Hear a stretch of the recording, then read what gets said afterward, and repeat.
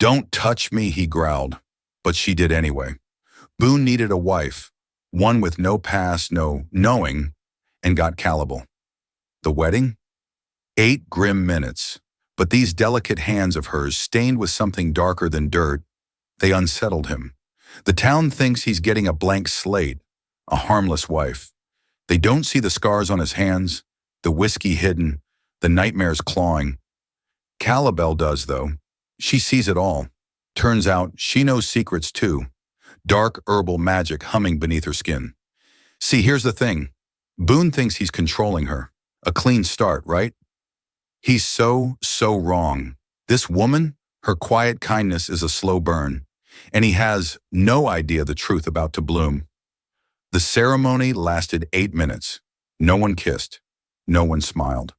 When they walked to his isolated homestead as husband and wife, he noticed her hands, delicate but marked with stains he could not identify. Dark traces under her fingernails that did not come from soil. That night, when he lay on his bed without a shirt, believing he understood what innocence looked like, Kayla appeared in a nightgown that contradicted everything he assumed about her.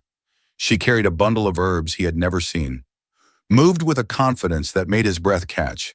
And when she began to speak about the scars on his hands, about the wounds he thought he had hidden, about the real reason he wanted a bride who knew nothing, Boone Slater froze.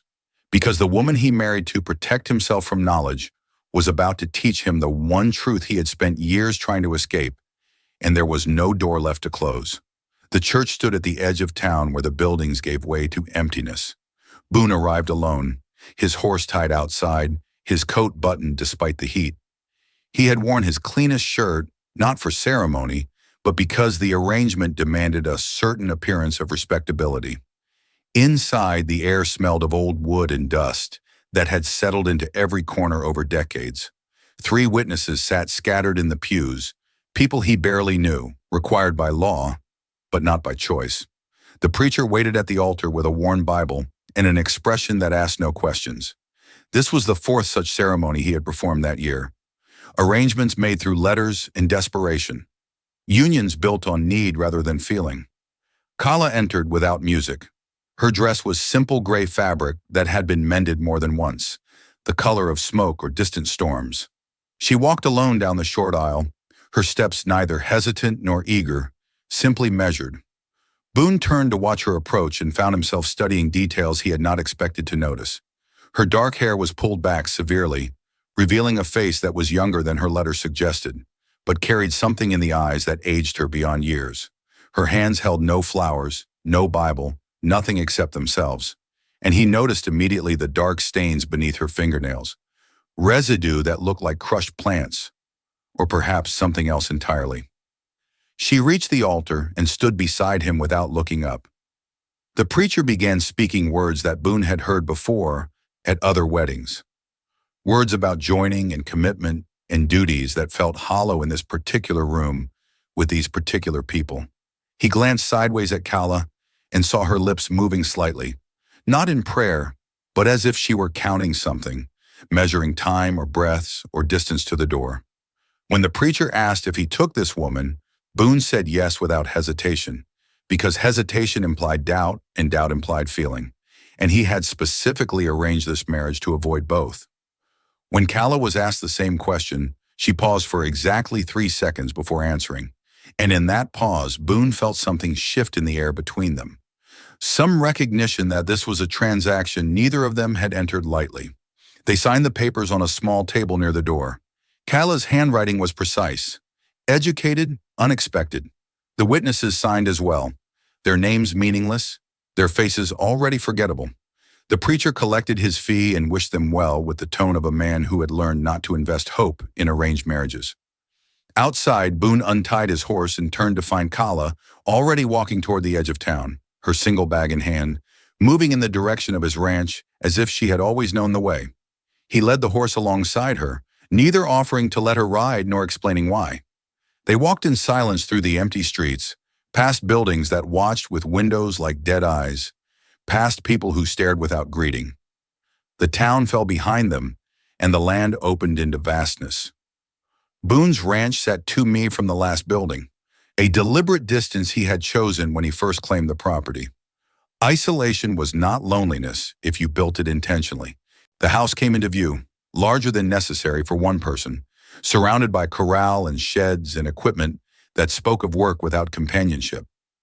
Calla stopped walking and looked at it for a long moment. Boone watched her face for reaction, but found none. Only that same measuring expression, as if she were calculating something he could not name. When she finally moved again, it was toward the house without waiting for invitation. And Boone followed his new wife across the threshold into a marriage that had been signed but not yet tested. Inside the house, the air was cooler, but no more welcoming. Boone had cleaned before her arrival, removing dust and arranging things with the precision of a man who lived by routine. The main room held a table, chairs, a stove that radiated yesterday's heat.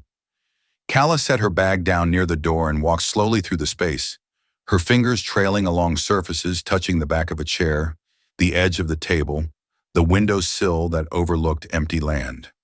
She moved like someone reading a room the way others read books, gathering information from objects in arrangement, and the things that were missing. Boone stood near the stove and watched her, uncertain what was expected now that the ceremony had ended and the contract had begun. He had imagined this moment during the 3 months of searching and letter writing, but in his imagination, the woman had been passive, grateful, silent. Calla was none of these things. She opened cupboards without asking permission, examining his supplies of flour and coffee and dried meat with an expression that suggested judgment. When she found his collection of whiskey bottles lined beneath the counter, she paused, counting them silently before closing the door without comment. He cleared his throat, a sound that felt too loud in the quiet house. She turned to face him for the first time since they had entered, and he noticed her eyes were darker than he had realized, almost black in the dimness of the room. She did not smile, neither did he. The silence stretched between them like a rope pulled too tight, and Boone found himself speaking, just to break it. "Your room is upstairs, first door. I have not been in it." Calla tilted her head slightly, studying him with the same measuring look. "Why would you go in it?" He had no answer that made sense. The room had been prepared for someone, but he had not truly believed that someone would arrive, would be real, would stand in his house asking questions he had not prepared to answer. He gestured vaguely toward the stairs, and she nodded once before climbing them, her steps light but deliberate.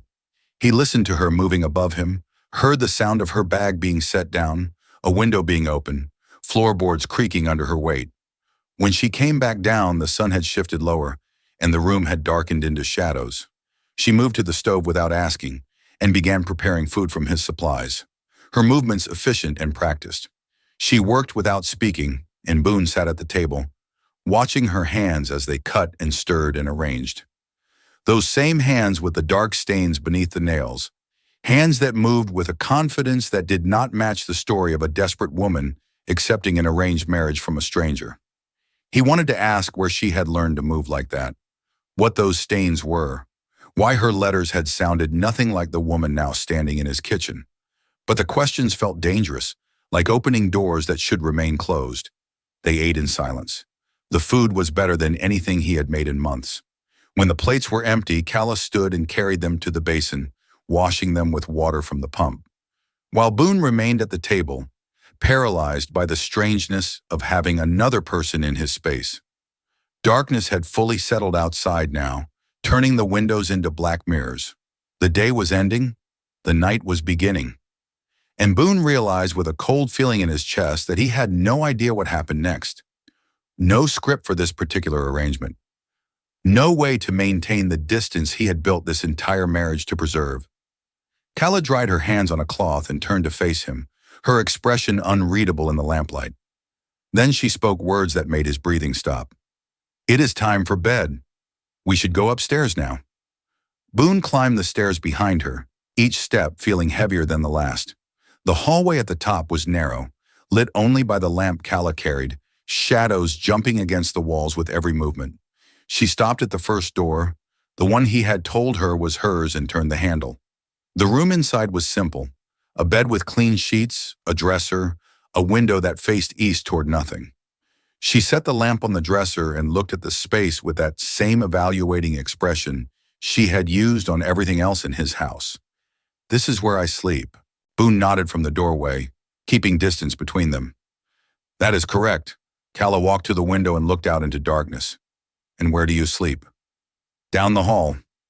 "Last door." She turned to face him, and in the lamplight, her features seemed sharper, more defined. The shadow's carved lines under her cheekbones made her eyes deeper. She studied him with an intensity that made him want to look away, but he forced himself to hold her gaze because looking away meant weakness, and he could not afford weakness now. "That is not how marriage works." Her voice was calm, stating fact rather than making argument. Boone felt his jaw tighten. The arrangement was clear. "You have your space. I have mine." Calla moved away from the window, walking toward him with slow, deliberate steps. She stopped close enough that he could smell something on her skin, an herbal scent he could not identify, something green and sharp. Her head tilted back to look up at him, and he realized she was smaller than he had noticed before, her frame delicate despite the strength in how she carried herself. "The arrangement was clear about many things, but you left other things unsaid." "Why is that?" Boone felt heat rising in his chest, anger or fear, or something he could not name. "I do not owe you explanations on our first night." She smiled then, but it was not a pleasant expression. It was knowing, sad, almost pitying. "You are right. You owe me nothing. But I see your hands, Boone Slater. I saw them at the altar. I saw them at dinner. Those scars are not from ranch work. Those are from something else. Something you do to yourself when the nights get too long and the whiskey stops working." His breath caught. "How would you know anything about that?" Kayla reached out, and before he could stop her, she took his right hand in both of hers, turning it palm up to expose the network of old scars across his knuckles, the places where skin had been broken and healed badly over and over. Her fingers traced the lines gently, a touch that should have felt intrusive, but somehow did not. "Because I took care of my father for 2 years while he died slowly, I learned to recognize pain in all its forms, the kind that comes from outside and the kind that comes from inside. And yours husband comes from inside." He pulled his hand away, stepping back into the hallway. "This conversation is finished." "No, it is not. Because you brought me here for a reason, and that reason was not companionship or children or help with the ranch. You brought me here because you thought innocence could protect you from something. But I am not what you think I am, and tonight you will understand that." She moved past him into the hallway, walking toward his room without invitation. Boone stood frozen, his heart pounding against his ribs. He should stop her. He should establish boundaries. He should maintain the distance this entire arrangement was built on.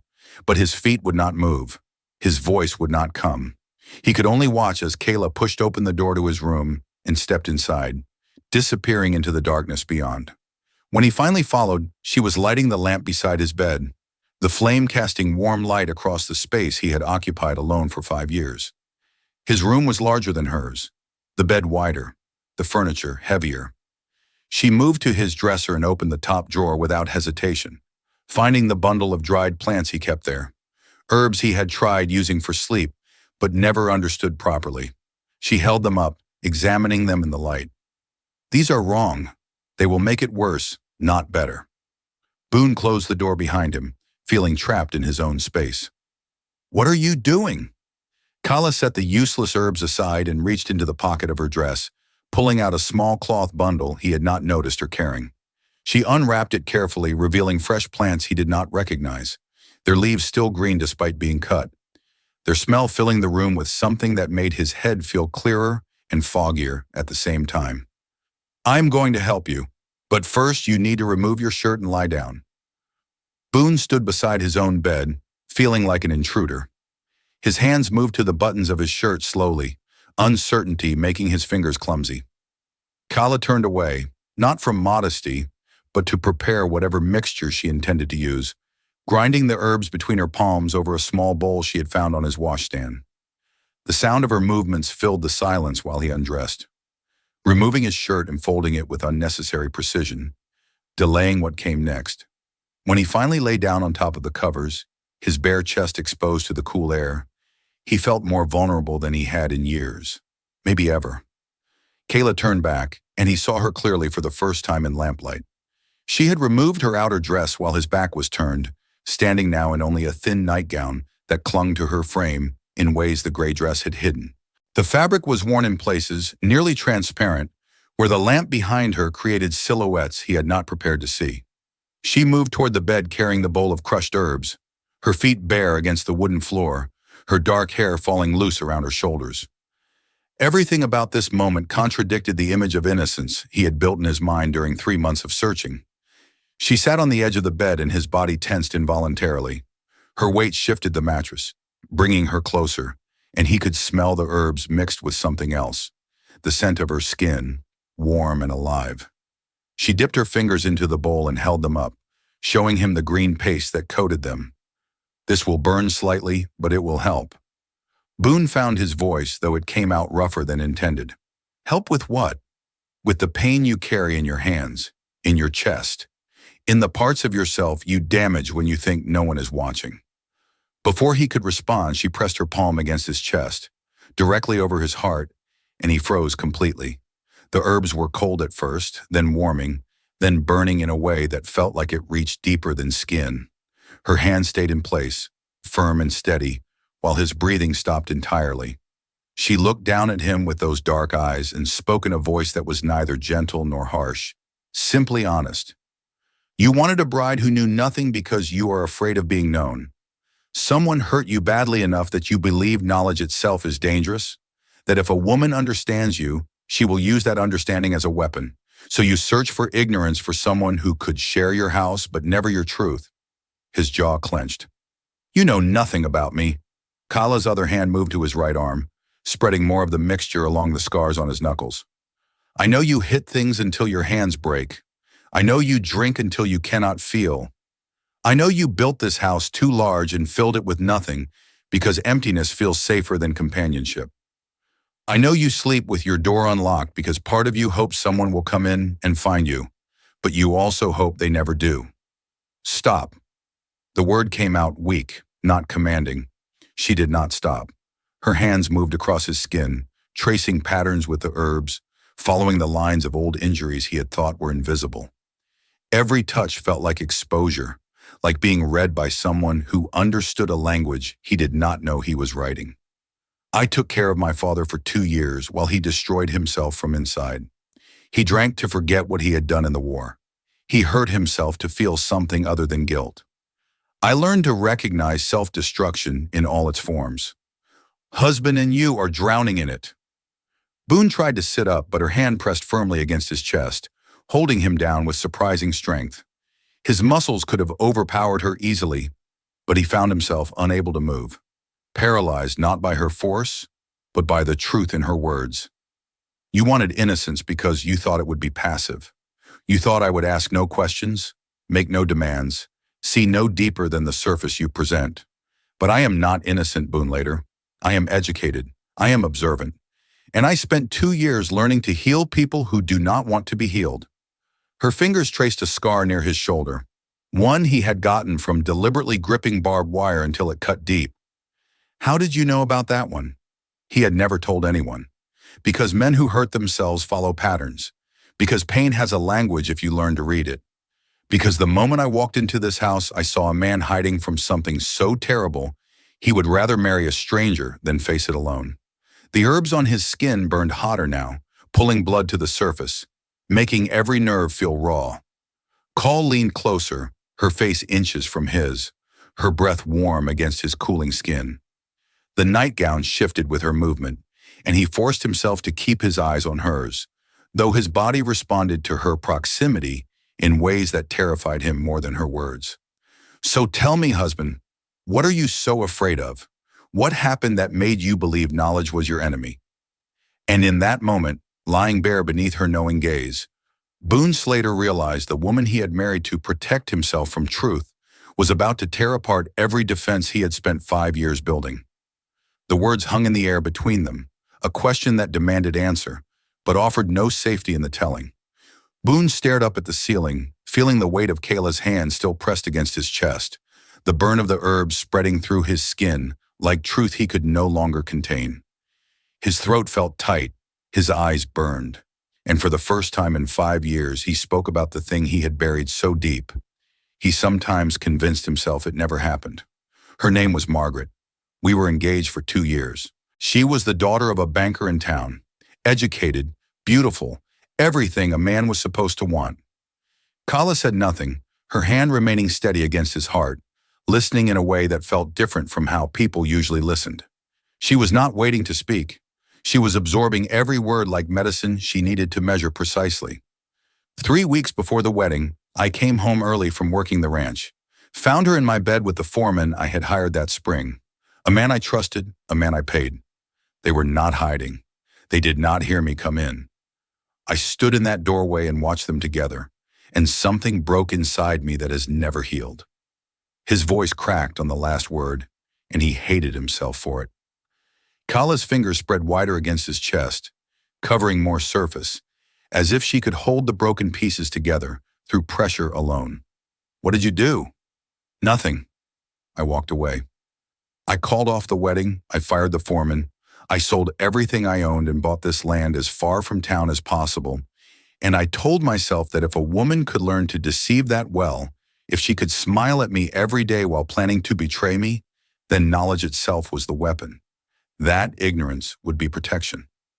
Kala shifted her weight, leaning closer until her face was directly above his, her dark hair falling around them like a curtain that blocked out everything except this moment, this truth, this exposure he had never intended to allow. "So you decided to marry someone who knew nothing about life, nothing about men, nothing about herself, someone who would be grateful enough to obey and innocent enough never to want more than you offered, someone who could not hurt you because she would not know how." He nodded, unable to speak past the tightness in his throat. Her eyes searched his face, and he saw something in them that looked like understanding mixed with sorrow. Not for herself, but for him, for the prison he had built, and locked himself inside.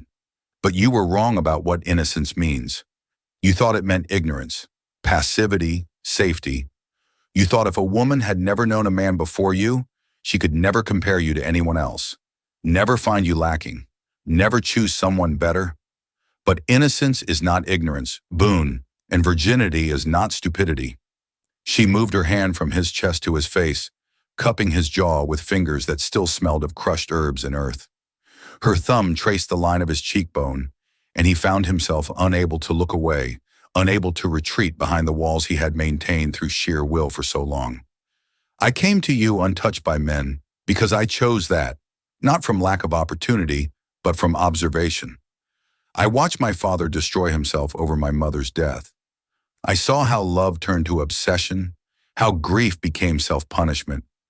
I learned that giving yourself to another person is the most dangerous thing you can do. So I kept myself separate, safe, alone." Her words mirrored his own fears so perfectly that he felt something shift between them. Some recognition that they were both running from the same thing, wearing different faces. But you cannot live your whole life protecting yourself from pain. You cannot marry to avoid connection. You cannot seek ignorance as armor, because eventually the loneliness becomes worse than the risk of being hurt. Boone felt his chest constricting, his breathing becoming shallow. The herbs on his skin burned hotter, and he did not know if it was the plants or her proximity or the truth she was forcing him to confront.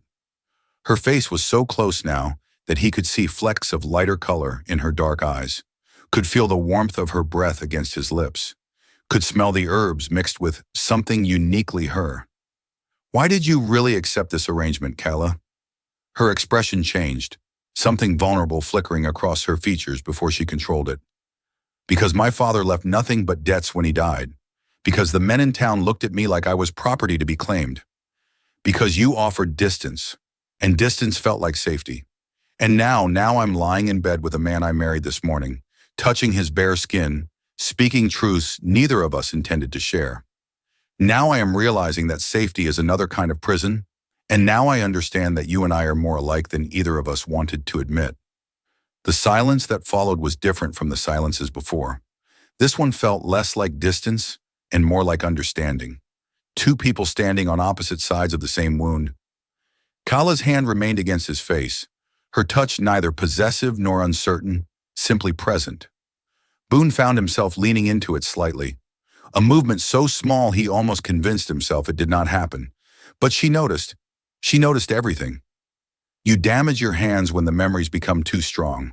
When do they become too strong? At night, always at night. When the house is quiet and there is nothing left to distract me from thinking. She nodded as if this made perfect sense, as if self-destruction followed logical patterns. She had studied. Her fingers moved from his face to his right hand again, lifting it between them, examining the knuckles in the lamplight.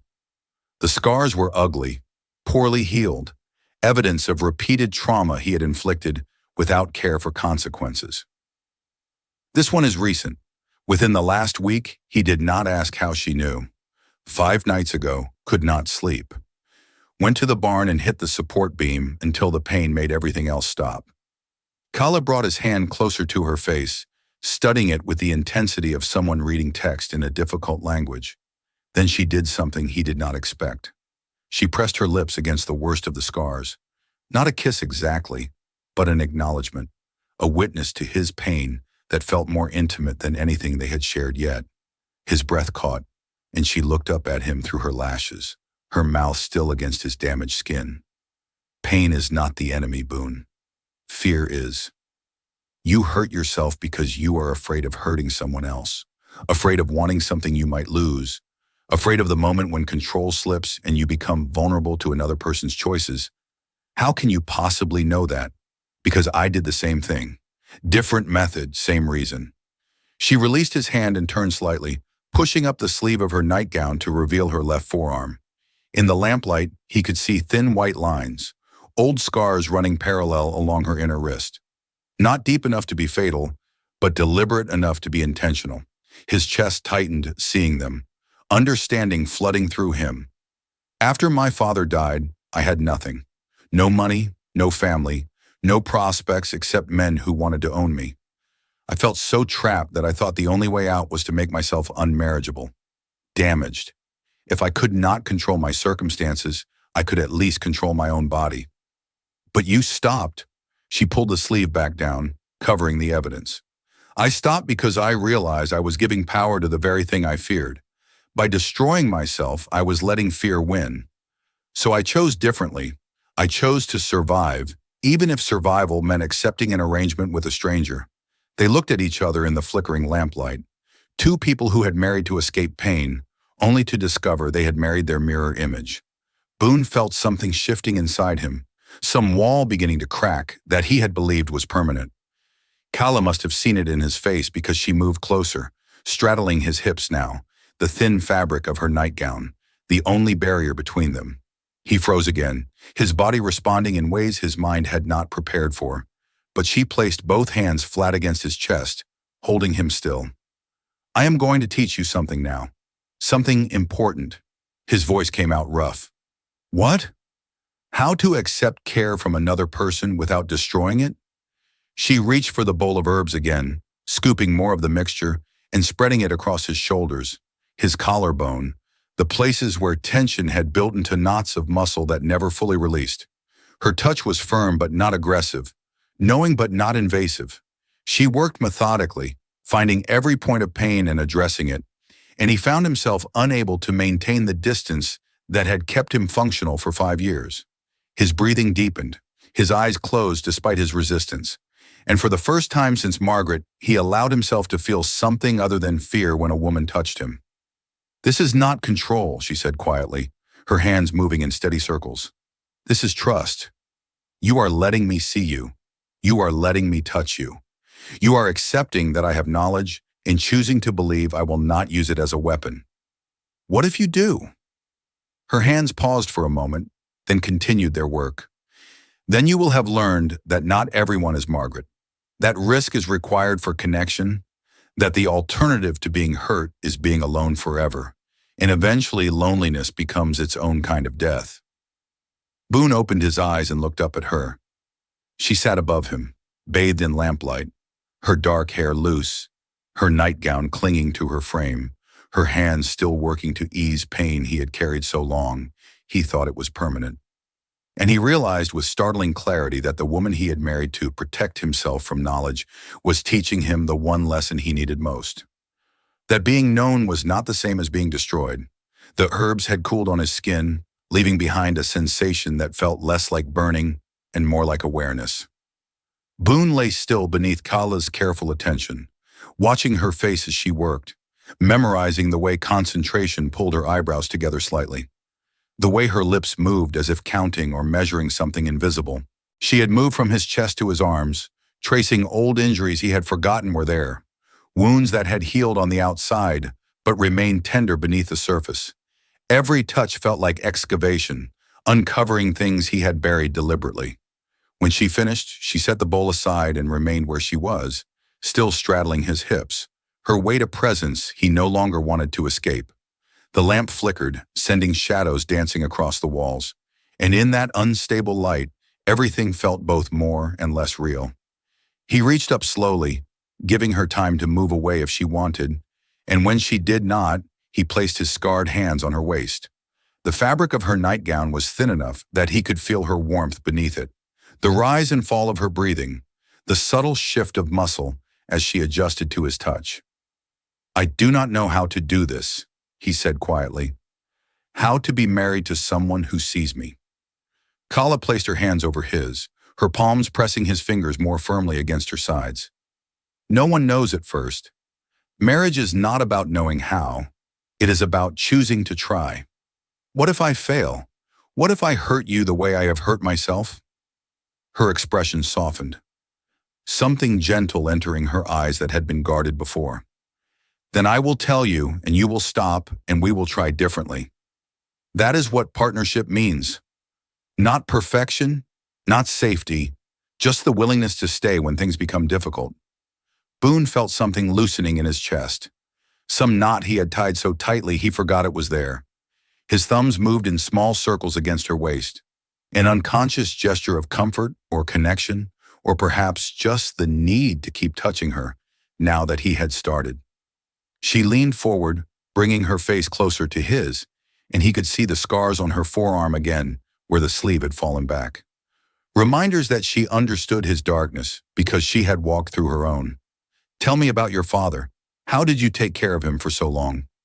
She was quiet for a moment, her eyes focusing on something past him. Some memory that still held pain despite time's passage. "He was a good man before the war. Strong, kind. He used to lift me onto his shoulders and carry me through town like I was the most important person alive. But the war changed him.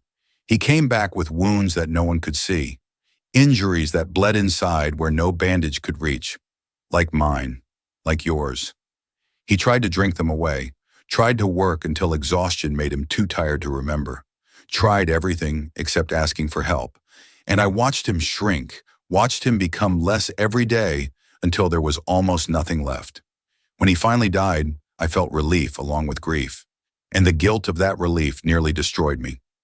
Boone lifted one hand from her waist to her face, cupping her cheek the way she had done to him earlier. "I am sorry you had to carry that alone." Tears gathered in her eyes but did not fall. She blinked them back with the control of someone who had learned to ration emotion carefully. "I learned things during those 2 years. How to make mixtures that ease pain. How to recognize when someone is giving up. How to see past what people show you to what they are actually feeling. My father taught me medicine through his dying. He gave me knowledge I never wanted but now cannot unknow. And that knowledge is why you could read me so easily." She nodded. "When I saw you at the altar with your shoulders pulled back too far, your jaw too tight, your hands hidden in your pockets, I knew you were a man at war with himself, and I thought perhaps I could help.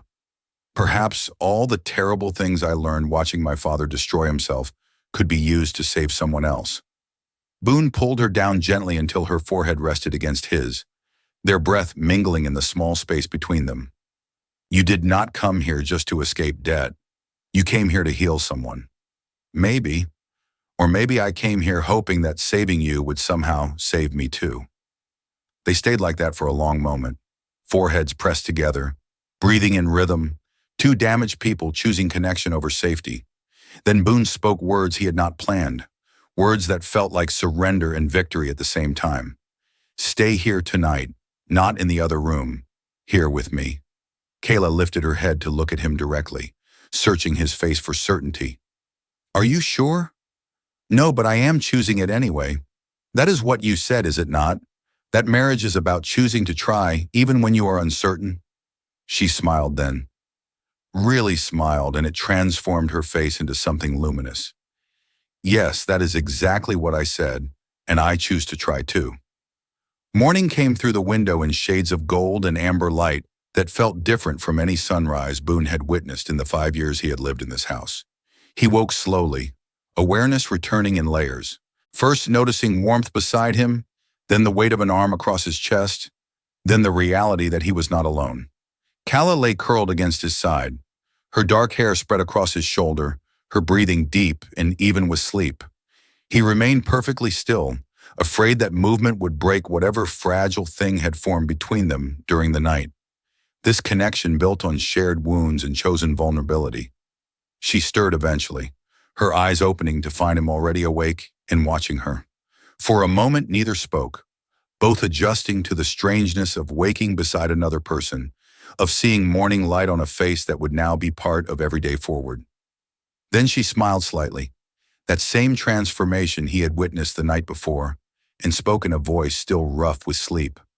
Good morning, husband. Good morning, wife. The words felt different now, less like legal designation and more like truth.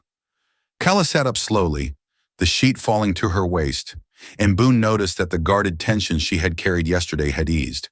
She looked more settled somehow, as if choosing to stay had given her something solid to stand on. She reached for his right hand, examining it in the morning light, running her fingers over the scars with familiar gentleness.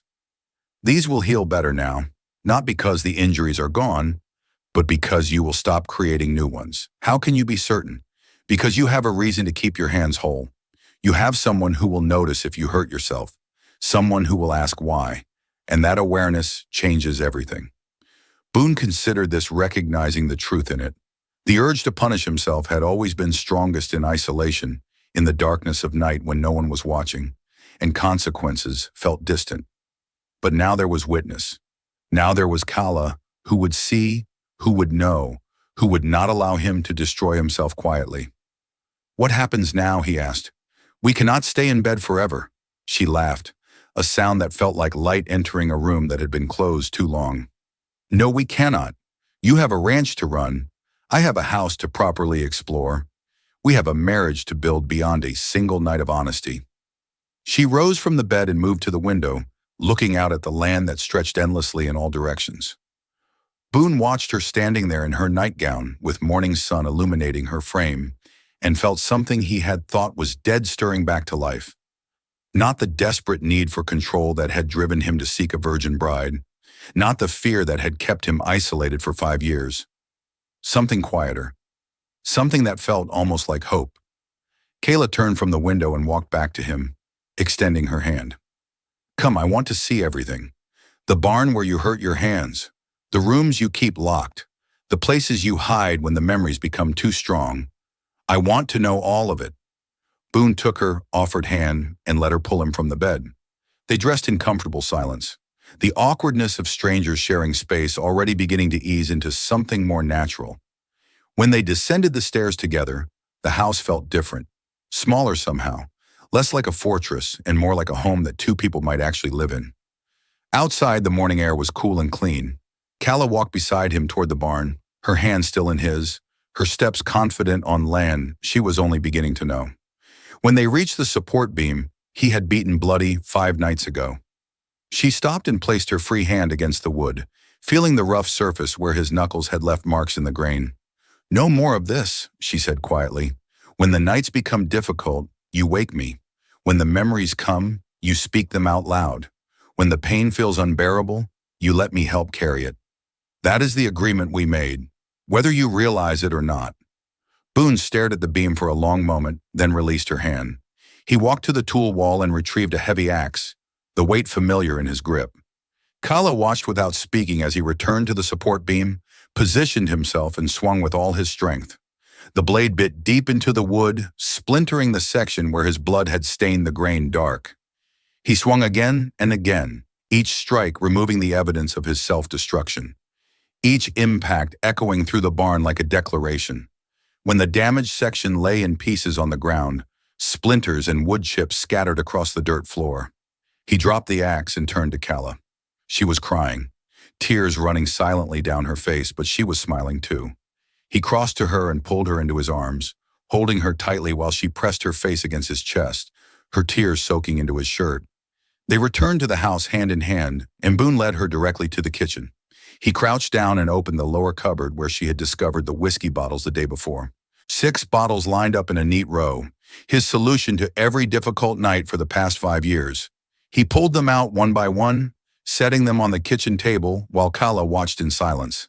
The glass gleamed in the morning light streaming through the window, amber liquid that had dulled more pain than it had ever actually healed. He picked up the first bottle, held it for a moment as if weighing what it represented, then walked to the door and threw it hard against the rocks outside. The glass shattered with a sharp crack that echoed across the empty land. He returned for the second bottle, then the third. Calla joined him, taking bottles from the table and handing them to him one at a time. A silent partner in the destruction of his old methods of survival. When all 6 bottles lay in glittering pieces among the rocks, he stood looking at the wreckage, breathing hard, feeling lighter than he had in years.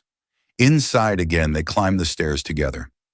At the top, Boone paused outside the first door. The room he had told Calla was hers. He pushed it open, and they stood in the doorway looking at the simple space. The bed with clean sheets, the dresser, the window facing east. The room felt empty despite the furniture, a placeholder for a marriage that was supposed to maintain distance and separation. "You do not have to sleep here," he said, his voice rough with emotion. "Yesterday, I thought I wanted separate rooms because I thought isolation meant safety, but I was wrong. If you want your own space, I will respect that. But if you want to share mine, I want you to know that door will never be closed to you again. Not tonight. Not any night." Calla looked up at him, her dark eyes searching his face. "What changed?" "Everything. You changed everything. You saw what I tried to hide, and you did not run. You touched the parts of me I thought were too broken to heal. You chose to stay when you could have taken your bag and left at any point during the night. That kind of choice deserves honesty in return." She reached up and touched his jaw, her fingers gentle against the stubble there. "I choose to stay. Not just last night, but every night after. Your room, our room, no more separation." He kissed her then, pulling her close, his hands tangling in her dark hair. It was not their first kiss. There had been hesitant touches the night before in the darkness. But this felt different. This was morning light and conscious choice. A kiss that sealed a decision rather than explored a possibility. When they finally separated, both breathing harder, he rested his forehead against hers. "I do not know how to be a good husband. I have no example to follow, but I want to learn. We will learn together. That is what partnership means." They spent the remainder of the morning working side by side, Boone showing Calla the full extent of the ranch, the corral and sheds and equipment, explaining the work that needed doing, and asking her opinion on things he had always decided alone. She walked through it all with interest, asking questions that showed she was listening, offering thoughts that revealed she understood more about ranch life than he expected.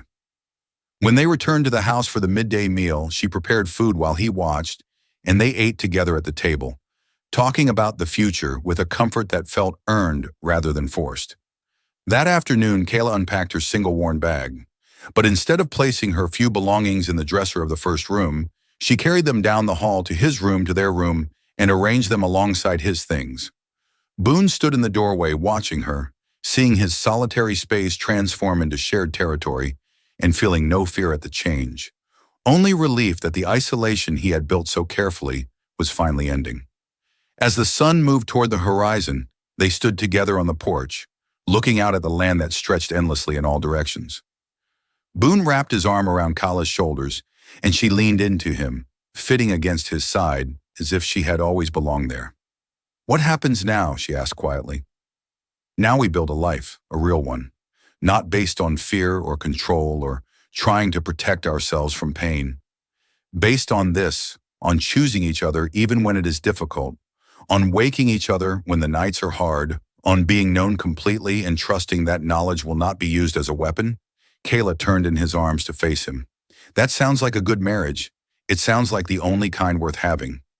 Boone Slater had searched for a virgin bride, believing innocence would protect him from betrayal. Instead, he found a woman who taught him that true protection came not from ignorance, but from trust, not from distance, but from intimacy, not from hiding, but from being fully known and choosing to stay anyway. The scars on his hands would heal better now. The whiskey bottles were destroyed. The beam in the barn was cut away, and the room that should have kept them separate stood empty while they built something real together. 24 hours after a ceremony neither had believed in, Boone and Calla began their actual marriage. Not the arrangement they had signed, but a partnership forged in vulnerability, honesty, and the courage to risk being hurt for the possibility of being truly loved. If you enjoyed this story, click the video on your screen now to watch another unforgettable tale where courage and vulnerability collide in ways you never expected. Do not forget to subscribe and consider a super chat to help us keep bringing you more stories like these. Your support means everything to us.